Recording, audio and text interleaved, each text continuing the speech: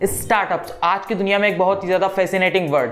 जिस तरह से स्टार्टअप इंडिया में आ रहे हैं पिछले कुछ सालों से और अभी भी जिस तरह से उनकी एडवर्टाइजिंग चल रही है, जिस तरह से उनके बिजनेस मॉडल नए नए आ रहे हैं, चाहे वो ऑफलाइन की बात करें, चाहे वो ऑनलाइन की बात करें, चाहे किसी प्रोडक्ट की बात करें, चाहे किसी एप्लीकेशन या सर्विस की बात करें, चाहे किसी वेबसाइट की बात करें, या फिर मार्केट की प्रॉब्लम्स को सोल्व करने की बात करें, लोग स्टार्टअप्स के लिए अपनी एजुकेशन को छोड़ रहे हैं, ड्रॉप आउट कर रहे हैं, लोग स्टार्टअप के लिए अपनी जॉब्स को छोड़ रहे हैं, लोग स्टार्टअप करने के लिए अपनी जॉब के साथ में, अपनी एजुकेशन के साथ में हसल कर रहे हैं, स्ट्रगल कर रहे हैं बढ़िया सैलरी के साथ में। लोग एनआरआईज हैं जो अमेरिका से, लंदन से 60 लाख के, 50 लाख के एनएम के पैकेजेस छोड़ करके इंडिया में करके अपने स्टार्टअप्स बिल्ड कर रहे हैं। तो आखिर होती क्या चीज है स्टार्टअप? स्टार्टअप इतने ज्यादा फेमस क्यों है इंडिया में और बिजनेस से किस तरह से अलग होते हैं? इस वीडियो में हम यही बात करने वाले हैं। सबसे पहले बात करते हैं आखिर स्टार्टअप होते क्या हैं। तो पहले जब भी बिजनेस होते थे तो जो छोटे बिजनेस होते थे कि एक आदमी उस बिजनेस को संभाल रहा है या फिर उसकी थोड़ी सी टीम है 5-10 जनों की, वहां पर वो बिजनेस को संभालता है, शुरू से अपना पैसा लगा करके स्टार्टअप शुरू करता है,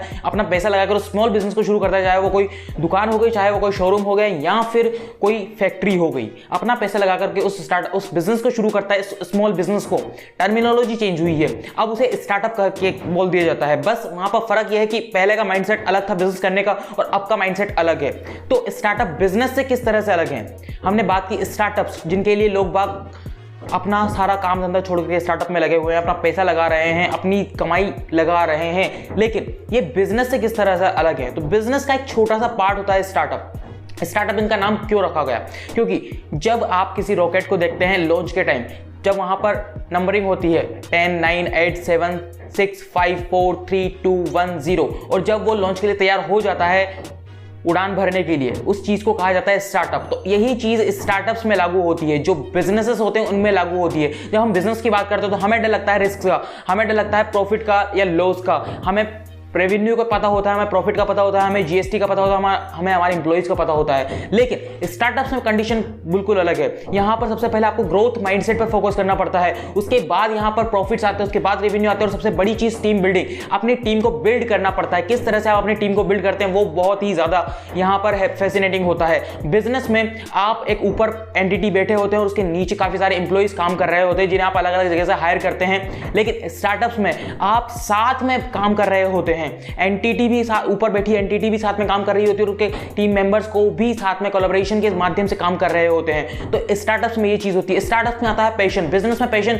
बिजनेस वाले शब्द में पैशन नहीं है, लोग पैशन को वहां पर नहीं ढूंढ पाते, लोग बिजनेसमैन शब्द में पैशन को नहीं ढूंढ पाते। लेकिन स्टार्टअप्स की बात करें, एंटरप्रेन्योरशिप की बात करें, एंटरप्रेन्योर्स की बात करें, वहां पर पैशन आता है। स्टार्टअप्स बिजनेस से इस तरह से अलग है। बिजनेस का मतलब होगा जो पहले बिजनेस चलते थे उनका।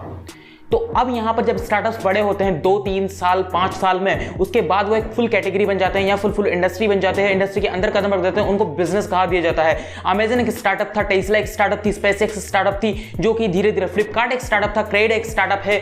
उसके वजह से ये धीरे धीरे बिजनेस ग्रो हुए। जब $multi-million कंपनीज बनी, $1 billion कंपनीज बनी, तो ये स्टार्टअप से बिजनेस की तरफ शिफ्ट हो गए। लेकिन स्टार्टअप ही शुरुआत होती है। स्टार्टअप जब हम कहते हैं तो जब आप बिजनेस कहते हो तो आपको चाहिए बहुत बड़ा बैकग्राउंड, बहुत बढ़िया सा नॉलेज, बहुत बढ़िया सी फंडिंग्स या फिर बहुत ज्यादा पैसा।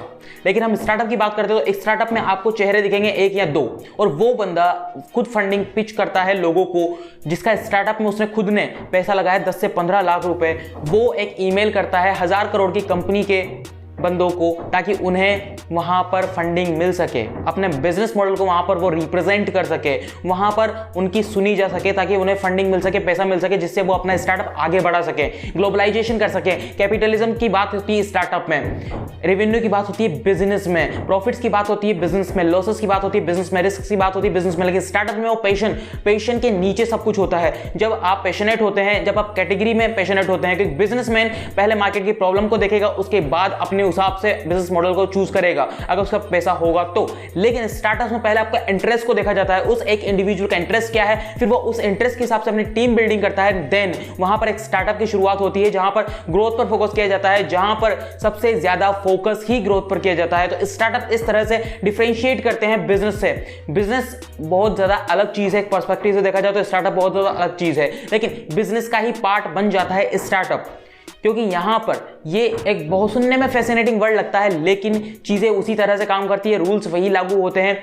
फंडिंग्स लेनी होती है, बूटस्ट्रैप शुरू कर सकते हैं, ऑनलाइन ऑफलाइन किस तरह से आप शुरू करना चाहते हैं। आपको मेहनत करनी पड़ेगी, आपको पूरे साल के 24 घंटे 7 दिन मेहनत करनी पड़ेगी अगर आप एंटरप्रेन्योर की इस जर्नी में कदम रखते हैं, अगर आप एंटरप्रेन्योर बनते हैं, अगर आप एक स्टार्टअप की शुरुआत करते हैं। बहुत सारे ऐसे लोग हैं जो आज बिलियन डॉलर कमा करके बैठे हैं, लेकिन उनके स्ट्रगलिंग डेज में अगर किसी की ई-कॉमर्स कंपनी थी तो वो डोर टू डोर सेल्स खुद ने की है उन्होंने।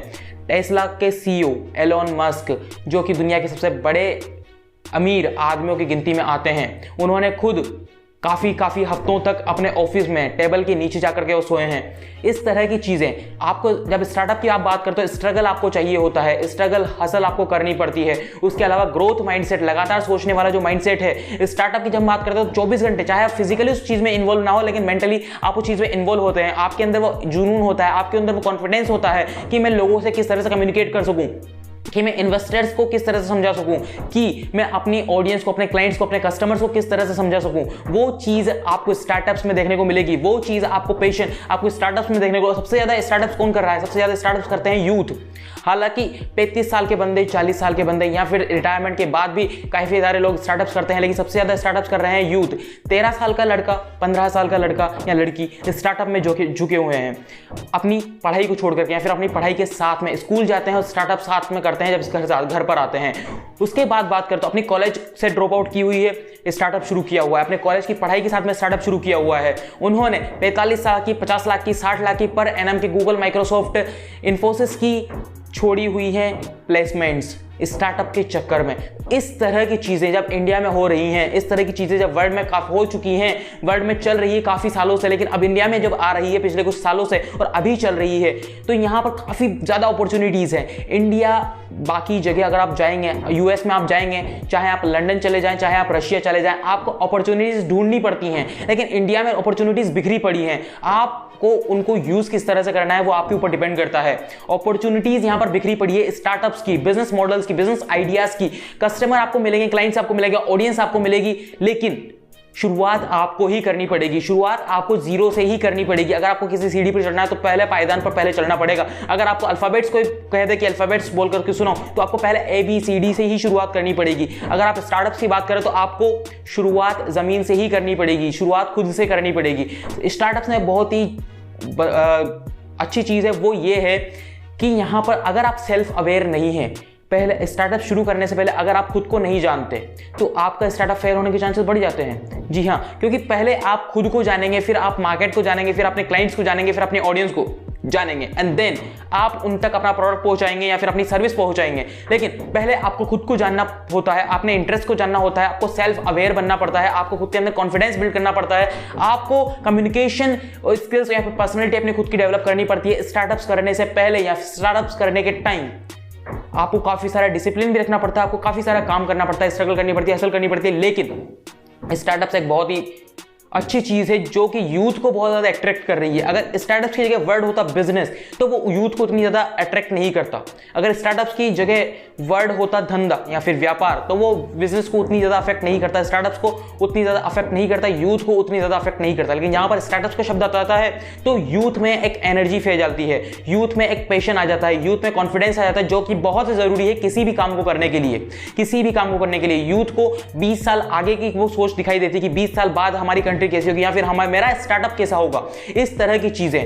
तो स्टार्टअप करना एक बहुत ही सही फैसला हो सकता है आपका। अगर आपको बिजनेस में, स्टार्टअप्स करने में, एंटरप्रेन्योरशिप की जर्नी में कदम रखना है तो आपका बिजनेस मॉडल कैसा होना चाहिए, आपकी टीम कैसी होनी चाहिए, आपका डे मैनेजमेंट कैसा होना चाहिए, पूरी टाइम मैनेजमेंट से लेकर के मनी मैनेजमेंट तक आपको सब कुछ बताया जाएगा बिज स्टार्ट पर, जहां पर हम आपके लिए ही बैठे हैं। आपके बिजनेस आइडिया को, आपके बिजनेस मॉडल को यहां से निकालकर सरफेस पर किस तरह से लाना है, क्योंकि ज्यादातर लोगों के माइंड में आइडिया तो होते हैं या फिर ज्यादातर लोग बिजनेस करने का सोचते तो हैं, लेकिन वो उसे इंप्लीमेंट नहीं कर पाते। हमारा पूरा चैनल ही इसी पर बेस्ड है, हमारे पूरी चैनल ही इस पर बेस्ड है। हम 0 to 1 मेथड पर काम करते हैं। आपके बिजनेस आइडिया को यहां से निकालकर सरफेस पर किस तरह से लाया जाए, किस तरह से उसे इंप्लीमेंट किया जाए, हम उस पर फोकस करते हैं। बिलियन डॉलर की इंडस्ट्री आप बना सकते हैं, लेकिन पहले आपके बिजनेस आइडिया को आपके माइंड से निकालकर सरफेस पर लाना, ये बहुत ही टेढ़ी खीर होती है और इसको ही हमें अचीव करना है। तो सबसे पहले आपको चैनल को सब्सक्राइब करना और उन दोस्तों के साथ में, सिर्फ उन दोस्तों के साथ में जो बिजनेस करने में इंटरेस्ट रखते हैं, जो इन स्टार्टअप्स में इंटरेस्ट रखते हैं, उनके साथ में इस वीडियो को शेयर करना है, लाइक करना है इस वीडियो को, हमें फॉलो करना है। इंस्टाग्राम पर काफी बढ़िया बढ़िया रील्स आती है, ट्विटर और फेसबुक पर भी बिस्टार्ट के नाम से हमारे सोशल मीडिया हैंडल्स हैं जो कि आपको बहुत ज्यादा प्रॉफिट देंगे। साथ में बिस्टार्ट को फॉलो तो करना ही है, सब्सक्राइब तो करना ही है।